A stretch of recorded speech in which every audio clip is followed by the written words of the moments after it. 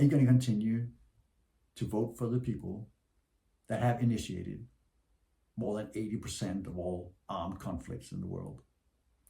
Are you going to continue to cause suffering for yourself and for the world?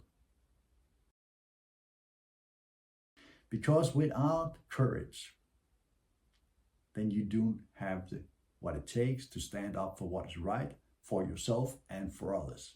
So courage is a fundamental factor of what to look for in a politician. Courage. And he's not easily intimidated. He's not easily coerced. He's not easily frightened, as you just saw in this recent assassination attempt on him. It's no longer conspiracy theories that there were huge electoral deficiencies during the last election.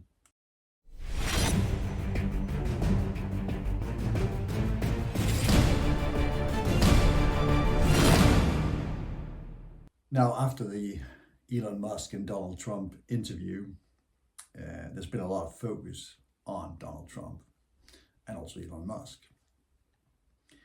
As a transformational and transcendental coach, I would like to put in a little bit of input here.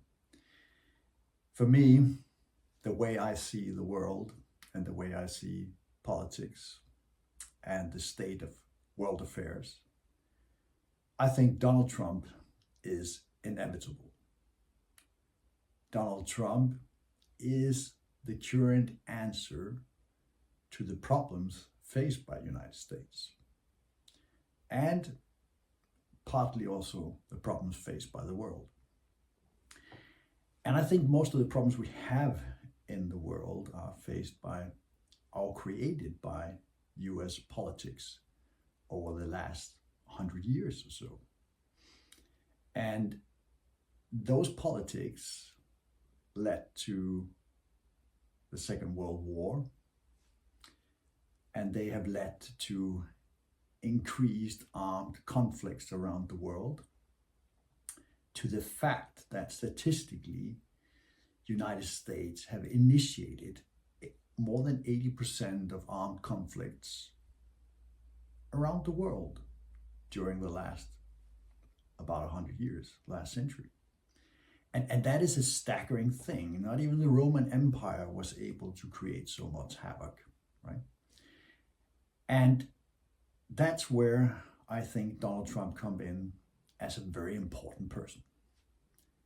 Because Donald Trump is the first president since the Second World War, at least, that has not initiated armed conflict, that has not started a war, that has not placated or worked for the military industry. And for you Americans out there, because it's really you all that matters about, right? It's you guys that are the important part, right here, you guys and girls, right? Whoever you vote for is going to have a huge effect on the world. And I would like to point out to you something that is specific for your country as Americans. And that is that you spend more than $900 billion a year on military budget. You spend about a fourth of that amount of money on your educational system. Like, try to think about that a little bit, right? What is the most important thing for you? What do you consider more important? Education or weapons? Right? You spend 4 times as much money on military power than on brain power. That shows that you as Americans currently believe that might is right, right? So that really, I think, is fundamental to the problems you're facing, because you're spending so much money on military, on war, on conflicts, that first of all requires your blood, tears, fears, limbs, death, lives, right? And requires your economy to fuel it in such a way that you cannot afford proper education. Now, granted, you spend about 4 times as much on your healthcare system. But I think that healthcare system is so expensive in the United States, first of all, because it's private. Second of all, because your educational system is so bad that people are not educated in how to live properly and healthy and wisely.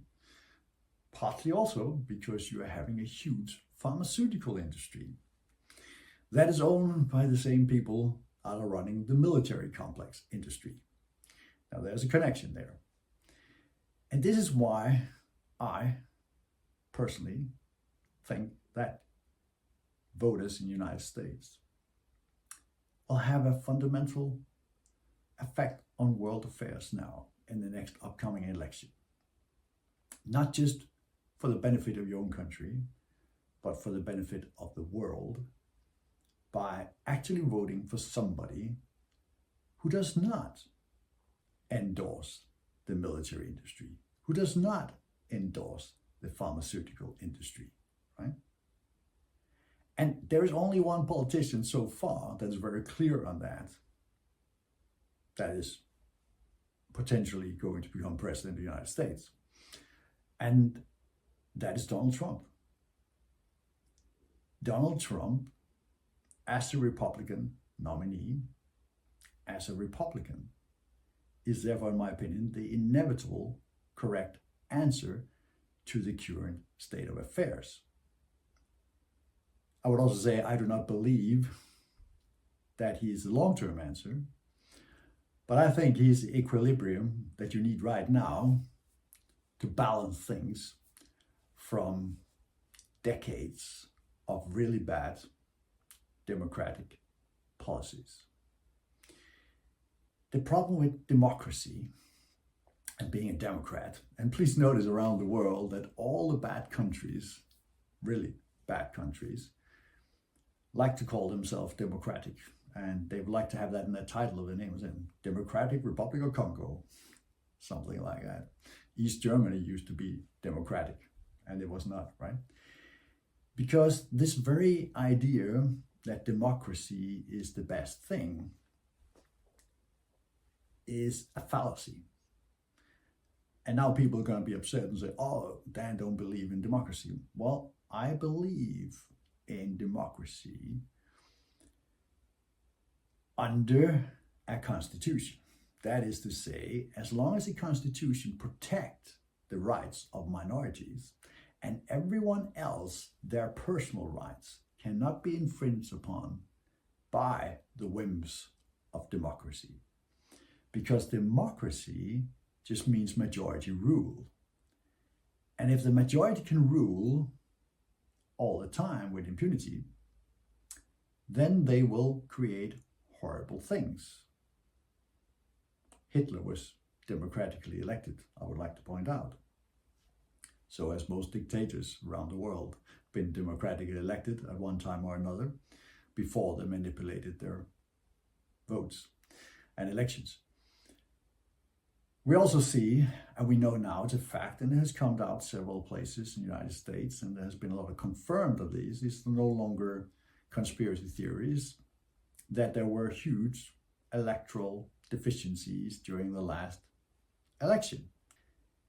Now, we could come to a lot of conclusions about why that is, but the point is democracy in itself is based on majority rule, and the unfortunate fact of the world history is so, and is currently so, that the majority is always ill-educated, always ill-informed about the newest developments, the newest science, the newest truth, and is therefore always voting from a perspective and perception of something that is actually not right, which is why democracy in itself is a two-edged sword, because the majority are usually wrong, right? And we see that with all sides. If we had a democratic election with Galileo about whether the earth was flat or round, it would have been declared flat. But today we know it's round. Right? And so with all inventions and all ideas, it comes from the minority. It is a minority that break free and bring in the future, which is why if democratic processes can stifle individual ideas and innovation, then it creates a very bad society. Which is why one cannot, in its true essence, be an intelligent democrat. You cannot propose democracy as the ultimate solution to the world's problems or to your own country's problems, because it will never work. Because a majority is always ill-informed by nature of being. You cannot be experts in everything. It's impossible. So, wherefore, our democratic elections should be based on we're electing something within a constitutional frame that protects the rights of the individual to have their individual opinion, to voice their opinions, and to be against the majority rule. And here I would like to point out that Galileo, for instance, would have been banned or censored today if he had been up today, would he not? And that's a scary thing, isn't it? And please notice, it is not Donald Trump that's ever speaking about censorship. It is always the Democratic Party. Always. So, who are we censoring? The dissidents, the voice that is not the majority. Now, who is it that has always brought humanity forward? Minority. The dissidents, the fringe elements, the people that think differently. Right? So, I want you to really think about that. I know my opinions are irritating and infuriating to many of you, and you will call me many bad names. But please refute where I'm wrong. Please come back and say, hey, I refute this, Dan. This is wrong. Because the truth is, being a Democrat in itself is a wrong concept because of the things I just mentioned. Which is why the natural state of affairs is to be a Republican. Because being a Republican depends on being a republic. A republic is based on a constitution, which guarantees the rights of the individuals against the systems, against the majority. Rights that cannot be taken away.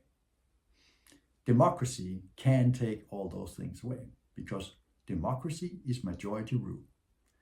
And majority rule is never good for anyone if it can be forced upon the minority. So, the decay of ethics, morality is caused and led by the Democrat Party. The Democrat Party is led by Wall Street, by bankers, by the military complex industry, by the pharmaceutical industry, which is where the sponsors are. So it's very simple. So if you're struggling with health, if you're struggling with education, if you're struggling with your income, if you're struggling with the economy, you have no choice in this election but to vote for Donald Trump, because that's the only catalyst that will change what you're facing today. So the question is, do you want change? Or do you just want to stay where you are? Do you want to continue to decline? Do you want your economy to decline? Do you want your military complex to keep increasing? Do you want your pharmaceutical industry to keep increasing at your expense? Or do you want to cause change? Because if you want to change, if you want new things to happen and your life to change, you have to make a change, right? You cannot continue on the same thing. We come back to Einstein saying that The definition of insanity is to repeat a process over and over again and expect a different outcome. If you vote for Kamala, you're getting the same outcome as you're having today. It's voting for the same thing. So really, unfortunately, you're forced with voting for Donald Trump. And now, is he an abrasive personality? Yes. Is he rude? Often. But he does understand business. He does understand how to make deals. And that is very, very important in today's world. Politics, international business. And he's not easily intimidated. He's not easily coerced. He's not easily frightened, as you just saw in this recent assassination attempt on him, which is also highly important. Courage, which of course me, as a transcendental and transformational coach, is one of the things I preach about all the time, courage. Because without courage, then you don't have what it takes to stand up for what is right for yourself and for others. So courage is a fundamental factor of what to look for in a politician. Courage. And personally, I'd much rather have someone that is abrasive and rude, who speaks his mind and tells me what he thinks and feels. Because I can relate to that. I then know where he stands.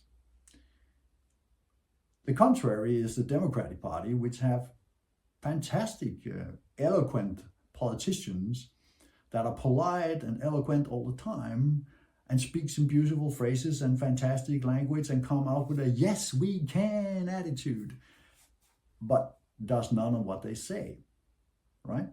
Two-tongued people.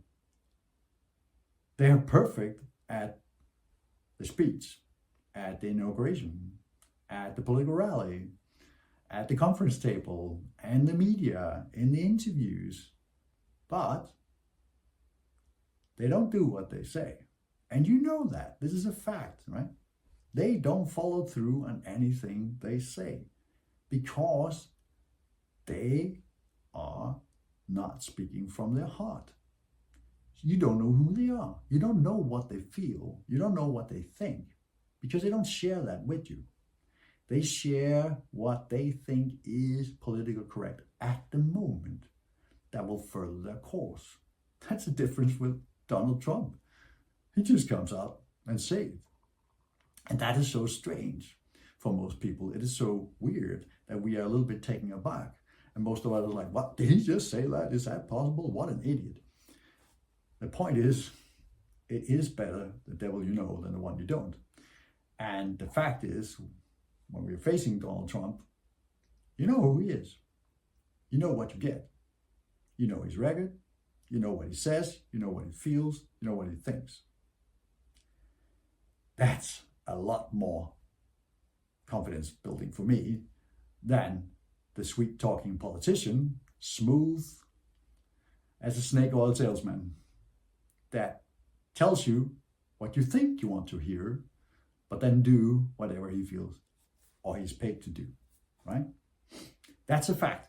So I really don't think that Americans have any other choice but to vote for Donald Trump if you want to change your current state of affairs.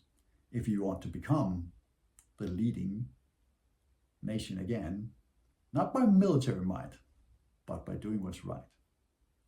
If you want to have a lifestyle again, where you can have the house with the white picket fence and the nice car outside that you used to have, that you could afford a one-person income, right? For a household could live a one-person income. You're going to have to change. Because look at where you are today. Look at where your grandparents were and where you are today. You're working more, you're stressed out, you have less time off, you can't afford a house, you can't afford the car, everything is rental, right? Everything is mortgaged into the bottom and remortgaged. because your economy sucks. It's taking you down the drain because the government, under the guise of Democrats, are literally draining your wallet. And so you're going to have to make a choice. What is it you want? What kind of lifestyle do you want? And yes, this time you're going to have to vote for the root guy, the orange guy, Donald Trump, because he's a catalyst that will break the current state of affairs. And after him, I have no doubt there will come somebody who will be better. But right now, he's the one you need. And I know you're going to tell me I'm an idiot, but I'm right, whether you like it or not. And that's the thing. I'm not a Democrat. I don't believe in democracy as the best solution to everything. I believe in democracy as an election process, not as a governing process. I think that has to be based on a constitution. I would also like to say that there's a lot of similarity between democratic, that is to say, the majority rule, and, for instance, mono rule, because it leads to that, right? It leads to mono, because it's always the democratic elected that has a huge following. If you can lead by majority rule and take away the rights of the minority, by that, you force a mono rule where there is only one and only one truth, one story, and then you have, well, censorship, right? And there really cannot be censorship, because censorship in any style will prevent free speech. You cannot have free speech and censorship. Those two things are alien to each other. You cannot function in the same place. They're two ends of the same thing. You need to go with either free speech or censorship. It is always the bad people that want censorship. It is never the side of the right that wants censorship. It is always the ones that wants to manipulate, that want censorship. So think about that again, right? Think about that you cannot speak your mind and think or say or write what you feel, what you think is right. Censorship would not have allowed Galileo. It would not have allowed Einstein either. It would not have allowed Jesus, right? That's a fact of life. So, what are you going to do? Are you going to have the courage to do the right thing, even if you feel it's abrasive? Because that's really where you are, right? So, think now.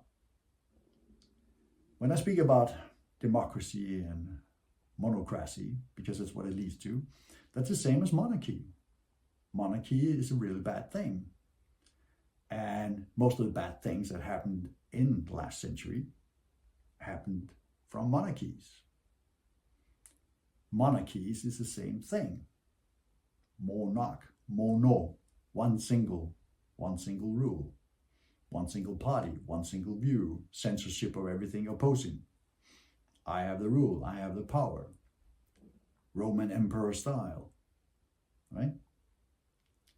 And that is really, really a scary place to live, because it does not give you any rights. And the monarch can always change the rules.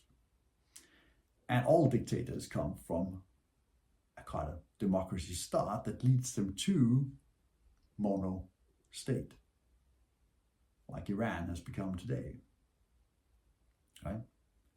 Like Russia has become today, also out of democracy, as Biden-Harris administration have tried to do as well. And so you are faced with the fact that the only way forward is a Republican way of thinking. We are a republic. Well, I'm not. I live in a democratic monarchy in Denmark. You know what I think about that, because I just said, so you know what my feelings is about Danish politics, right? So, as United States citizens, you have that choice now. What do you want? And what are you going to do in the world? Are you going to continue to vote for the people that have initiated more than 80% of all armed conflicts in the world? Are you going to continue to cause suffering for yourself and for the world? Are you going to go and take the right decision and vote for the man who says, I don't believe in war, it's bad business? That's the choices you have. Are you going to vote for the smooth speaking, snake oil, charming politician? Are you going to vote for the guy who just gives you who he is, tells you who he is? Now, I'm a little bit ironic when I say smooth talking, snake charming politician, because smooth talking is definitely not something we can use to label Kamala Harris, because she can ramble like no one else. But Obama, Clinton, Hillary, no, they could smooth talk. And look where they brought you. Look where they brought you, right? And I would like to point out that you did have the Bushes in there in between, but they're kind of in bed with the Democrats. They are in bed with the bankers. They're in bed with the petrochemical industry. They're in bed with the pharmaceutical industry. They're in deep bed with the military complex. So although they appear to be democratic or come from the Republican side of the body, they were really the Democrats in a different way. They came from the same group of people. And Donald Trump don't belong to that group, right? So that's my point of view on the election, on the current affairs. Donald Trump, Elon Musk, interesting interview. A lot of things I don't agree with. A lot of things I do agree with. But listen to it carefully. Don't let the news tell you what they said. Listen to what they said. Like the thing about nuclear force. It wasn't about using nuclear bombs. It wasn't about going to nuclear war. It was about the effects of disasters, or what could lead from having nuclear power plants. And there was just an example of what nuclear bombs have done, and you could actually live there again. It was not about, let's use nuclear bombs. Let's go to nuclear war. That was never a thing. And these two people are not military complex industry people. And they don't want to see military conflict. They're both businessmen. And right now, with the economy you have in the United States, that's what you need. Businessmen that make deals and innovate and create new things, that are willing to change the status quo, to challenge the status quo. That's my thing. And that's where I stand. Like it or not, I don't care, because I have the courage, I have the self-respect, the self-esteem, and the self-confidence to have that opinion, because I have courage from those three things. And that courage had led me through a life that had taken me to 24 countries and made me live in 5. And I've seen the world, and I've seen the damage we've done in the world, in the West, from the Western side. And I know how it is to live in the third world. I also know how it is to live in the first world, being from Scandinavia. And I have been around, and I've seen conflicts, I've seen death, I've seen happiness, I've seen joy, I've seen suffering. And right now, I've been a pastor for 7 years. I've been in anti-terrorism for 24. been on both sides of the coin. I've been with government, I've been private. I've been in business, I've been working for government. I have seen the good and the bad sides of the world. And I know for a fact that it comes down not to politics, not to politicians, not to governments. The right thing in the world comes down to private people, individuals, having the courage to stand up for what is right, to say what is right, to speak up against injustice, and also to speak up against disinformation and propaganda, basically. Because disinformation is a very word that you can use very wide to call any opposing view disinformation. And you use propaganda to do so. And you see that in the medias today. They all speak the same thing. Look at the headlines now from all your printed media, where the word joy or joyful appears in the headlines describing Kamala Harris. Does she seem very joyful for you? Is this joy? Is this what she's spreading? Is that what she's preaching or promising? No, but that shows you right away that the whole media is controlled by the same people. So the narrative you see on the media is the one they want to tell you. It's not the reality. It's what you're being told. And they're telling you the earth is flat. Now the question is, are you going to be like Galileo and stand for what you believe and have found out to be the truth and say, sorry, I know the majority tells me the earth is flat, but the fact is, it is round. Now what are you going to do? You know you have the right information. What are you going to do? Are you going to go with the easy path and say, well, it sure feels flat when I walk, so let's just keep walking and pretend it's flat, contrary to evidence? Because that's what you do when you vote Democratic in the next election. If you vote for the Democrats, you're voting for a flat earth. That's the choices you have. So after much consideration and pondering this, I come to the conclusion that the only logical conclusion is to vote for Donald Trump. That's my words. Please feel free to comment. Tell me all the things you want to say about me. I will not censor it. I may not like your opinion, but you sure have the right to have it.